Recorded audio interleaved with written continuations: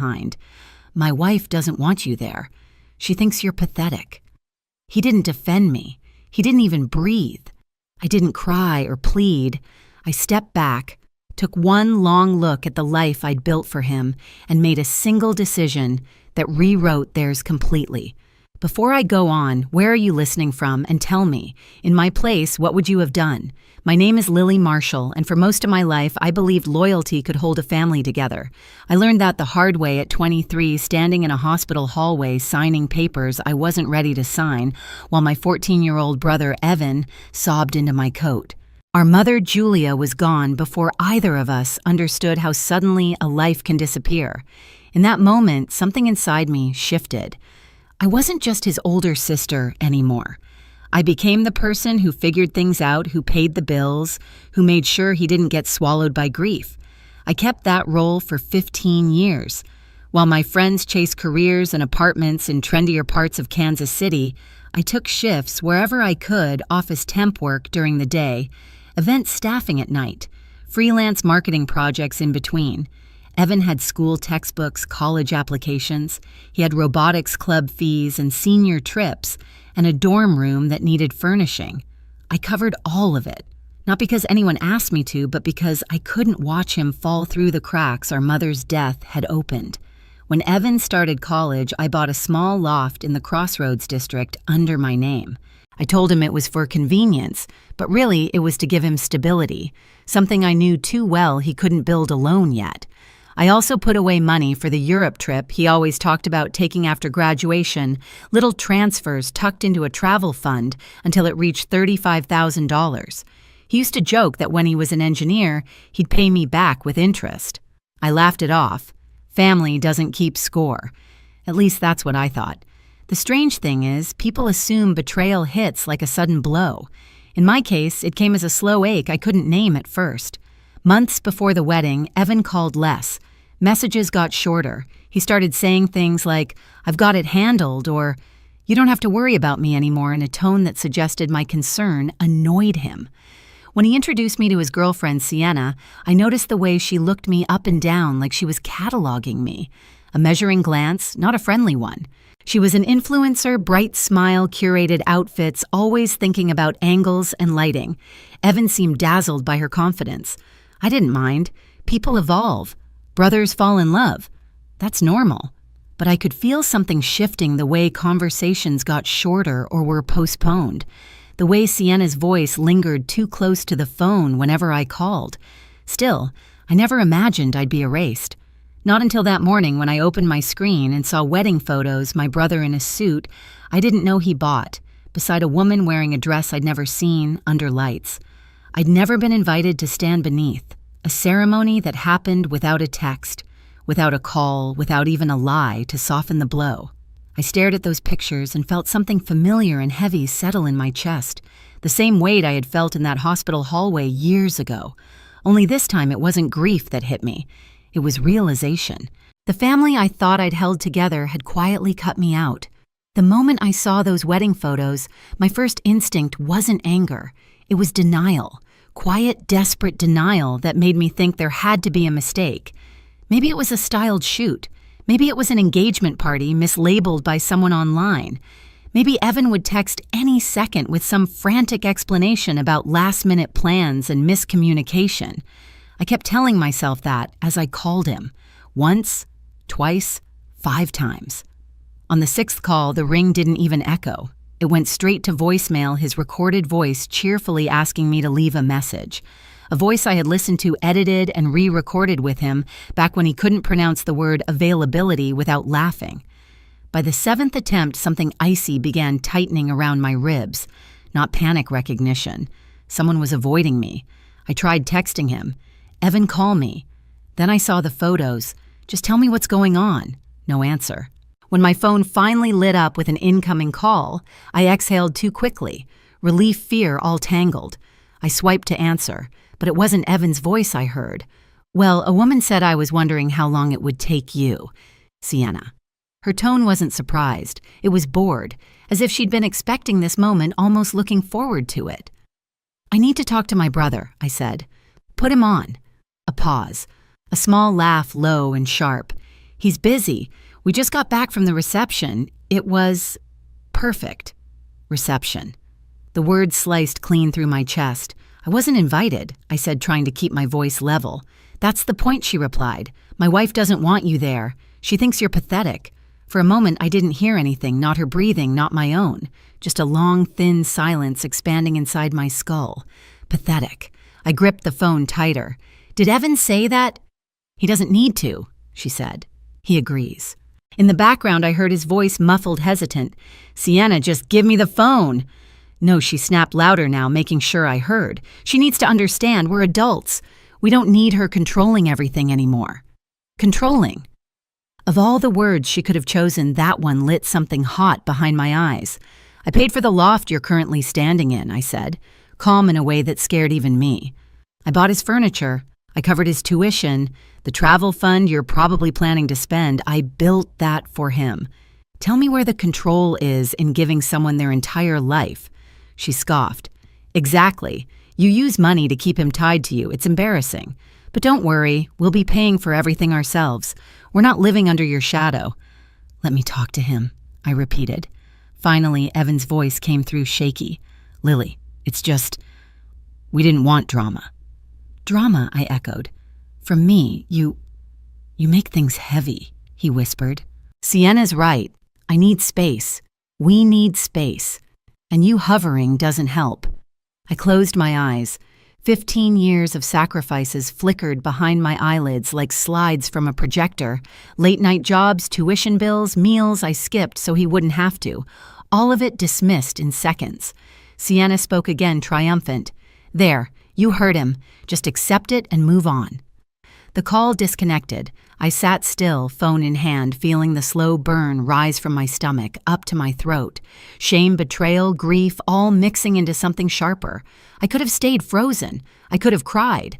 Instead, I stood, grabbed my keys, and drove to the loft I had bought, the one they were honeymooning from emotionally while cutting me out.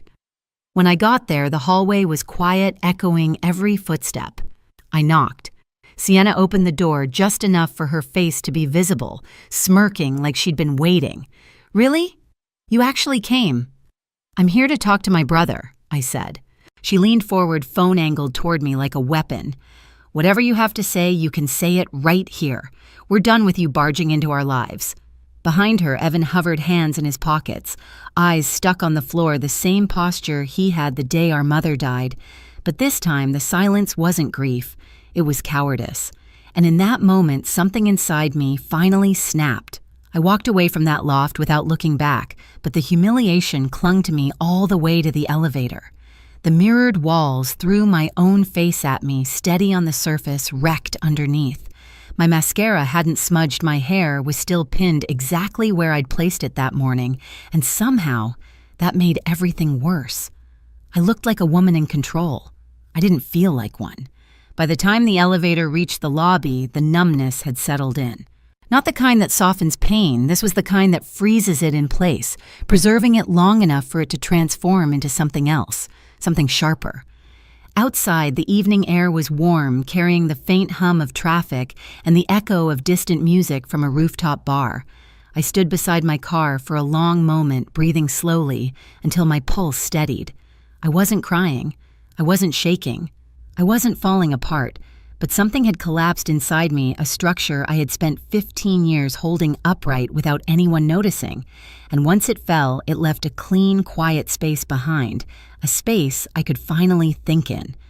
When I got home, the loft lights flicked on automatically. It was a habit I programmed everything to make the place feel less empty. It didn't help tonight. The rooms looked hollow, like the inside of a shell someone had abandoned. I set my keys down, slipped out of my heels, and walked straight to the small office I had built out of discipline, not passion. File spreadsheets, project outlines. My whole life organized in neat rows and color-coded tabs. I stared at the screen and a sentence formed in my mind with a clarity that almost frightened me. If they want independence, I'll give them exactly that. I opened a new spreadsheet, a blank grid waiting. Row by row, I began listing everything I had ever taken on for Evan. Loft purchase price, mortgage balance, monthly payment. Utilities, electric, water, internet. Association dues, insurance, geese, streaming services, family rideshare plan, credit card he used for emergencies that somehow became everyday use, the travel fund $35,000 saved dollar by dollar, airline reservation 2 tickets for the Europe trip I once believed he deserved. I didn't write any commentary, no labels like sacrifice or gifts, just the numbers cold and neutral. When the full picture came into view, a strange calm washed over me. I had built a safety net so wide and so strong that he'd mistaken it for the floor beneath his own feet, and now he resented me for it. The irony made me laugh, a small, humorless sound that barely filled the room. I picked up my phone and scrolled to the contact I rarely used, except for legal questions about contracts, Maya Lopez. Maya wasn't a close friend, but she respected facts the same way I did. She didn't care about family politics or emotional history. She cared about documentation and ownership. She answered with a groggy Lily. "Everything okay?" "No," I said. "But it will be. I need to know something." I read her the list, every asset, every account, every monthly payment. "Do I have the right to unwind all of this?" I asked. "Every dollar, every property, every booking, without giving him anything." There was a rustle of papers on her end, then her voice sharpened. "Lily, everything you just listed is under your name, sole ownership. Beneficiary status doesn't grant rights. Loans, bills, assets, you are legally free to sever every financial tie without his consent." The calm in my chest solidified. "Good," I said. "Is this about the wedding?" she asked softly. "I wasn't invited," I replied. "And apparently, I'm pathetic." Maya let out a low whistle. Then, "Let's make sure you're pathetic on paper too. I'll email you templates." When we hung up, the inbox started filling forms, steps, instructions. I printed everything and stacked them neatly. Then I sat back in my chair. Collapse wasn't the end of a structure, it was the clearing of space. And I finally knew what I was going to build in that space. Morning came without my permission. I hadn't slept. I'd only shifted between planning and a strange crystalline calm. The sun slipped through the blinds in thin lines, striping across the documents I'd organized on my desk. Forms, statements, instructions, a quiet arsenal. At 9:01 a.m., I made the first call. "Airline customer service. How may I assist you? My name is Lily Marshall," I said. "I need to cancel a reservation." I read the confirmation number off the printout. 2 premium tickets to Europe months from now, purchased with the naive hope that my brother would finally take the trip he'd dreamed about since he was 16. "Reason for cancellation?" the agent asked. "Plans changed," I replied. I didn't explain that the woman who called me pathetic planned on using those tickets for her honeymoon, that she had stood in the loft I bought, surrounded by appliances and furniture I selected, and told me with full confidence that they didn't need me anymore. The agent clicked through her system. "You're eligible for a 60% refund and a credit for the rest." "Should I proceed?" "Yes," I said. "Proceed." I hung up and watched the inbox refresh. A refund confirmation appeared. Honeymoon canceled. The first domino fell with no fanfare. No guilt. Just the soft thud of inevitability. Next was the education and travel fund. I opened the investment portal, 2-factor authenticated, and stared at the balance, $35,000. I remembered every deposit. $50 one month, $500 the next, a surprise tax refund in April. Money I had set aside so Evan could see Paris touch the stone walls of Florence, wander through a world he'd only seen on YouTube. I clicked, withdraw all. A warning popped up, penalties, taxes, early withdrawal fees. I confirmed anyway. My phone buzzed immediately, a text from the investment firm. Transfer initiated. Funds will post within 5 business days. The second domino dropped. I closed the browser and reached for the mortgage file. The loft was next. I dialed the number for Reed Thompson, the realtor who had helped me purchase it 4 years ago. Reed was quick, efficient, and ruthlessly honest, exactly what I needed. "Lily," he answered. "Long time." "What can I do for you? I need to sell the loft," I said. A pause. "You want to sell it?" "I thought you bought it for your brother." "I did," I replied. Circumstances changed. Reed didn't ask for details. He respected boundaries in a way my own family never had. Well, he said, already shifting into business mode, Crossroads is hot right now. Units like yours are getting offers within hours. If we list today, we can probably lock a buyer by the weekend. List it, I said. No staging, no waiting, you got it. I'll send the paperwork. The digital documents arrived within the hour. I opened them, skimmed the terms, and clicked sign. My signature appeared crisp and confident, a stark contrast to the exhausted woman behind the screen. By noon, the loft was officially on the market. I sat back feeling the faintest tremor of satisfaction. If Sienna wanted independence, she was about to experience the full definition. The first call from the building manager came that afternoon. Hi, Ms. Marshall. I need to confirm, did you authorize the sale of Unit 5C? Yes. Another pause. The current occupants that weren't aware. That's not my responsibility, I said. All documentation is under my name. Please proceed with whatever notices are required. The manager exhaled slowly as if he understood only half the story, but enough to stay out of it. We'll handle it. I thanked him and ended the call. I imagined the scene unfolding in that loft, Sienna pacing Evan, confused papers in hand, realizing that the ground beneath them wasn't theirs, that it never had been. They had wanted freedom from me. They were getting it. That evening, Reed called. You're not going to believe this, he said. We already have 2 offers, 1 cash. Well above asking. Take the cash offer, I said. You sure usually take it. He accepted on my behalf. The sales started closing within 24 hours. I didn't tell Evan, I didn't warn him. He hadn't warned me about the wedding. Fair was fair. The next series of tasks felt like brushing dust off a table, simple, quiet, necessary. I logged into the utility portal and transferred all accounts out of my name, effective immediately. Then the streaming accounts. Password changed, profiles wiped clean, the phone plan, removed his device from the family plan, credit card, canceled the authorized user. Every click was a boundary being drawn, a clean line replacing 15 years of blurred ones. When the last task was done, I stood in the kitchen staring at my hands. They didn't shake. I drafted a text. Not long, not emotional, just the truth stripped clean.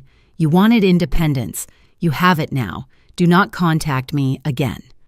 I hit send and blocked his number before I could see the typing bubbles. 2 days later, the consequences found their way to my door. Not literally, but through the cracks of the life I had just severed. The building manager left a voicemail reporting that Sienna had shown up at the office furious, waving her phone, demanding explanations. That she claimed there must have been a mistake. That Evan tried calling me repeatedly. Their calls never reached me. Then Reed emailed to confirm the buyer's deposit had cleared.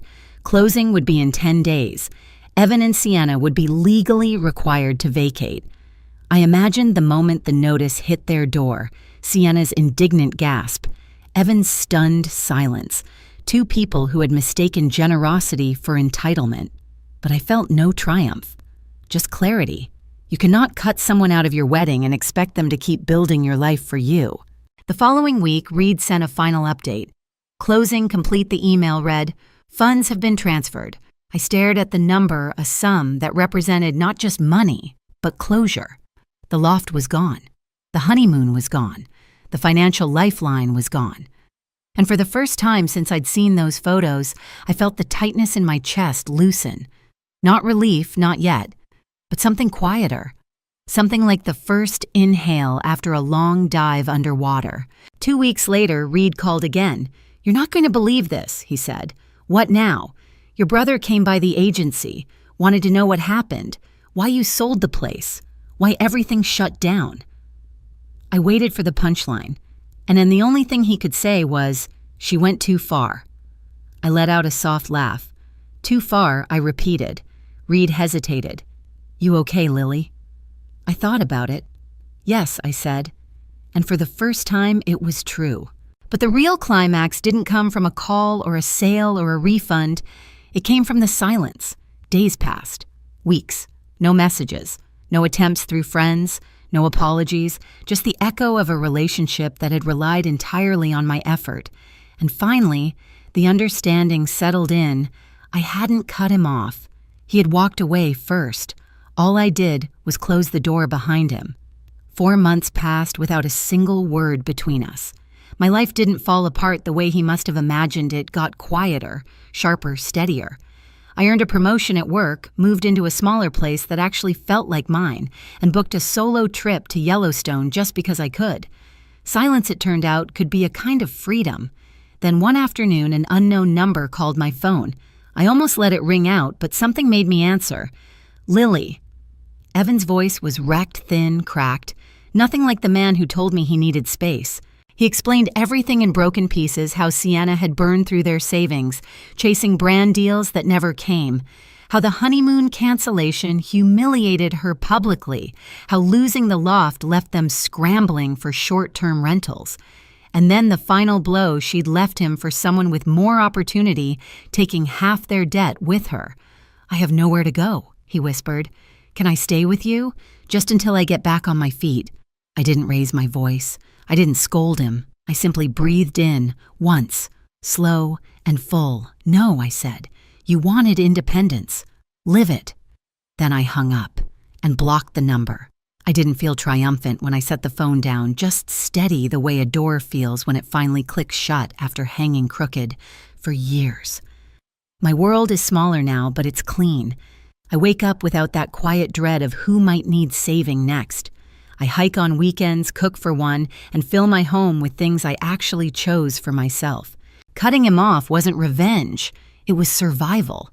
If you've ever had to draw a hard boundary with family, you're not alone. Tell me where you're listening from and what you would have done in my place. And if this story stayed with you, hit subscribe so you don't miss the next one.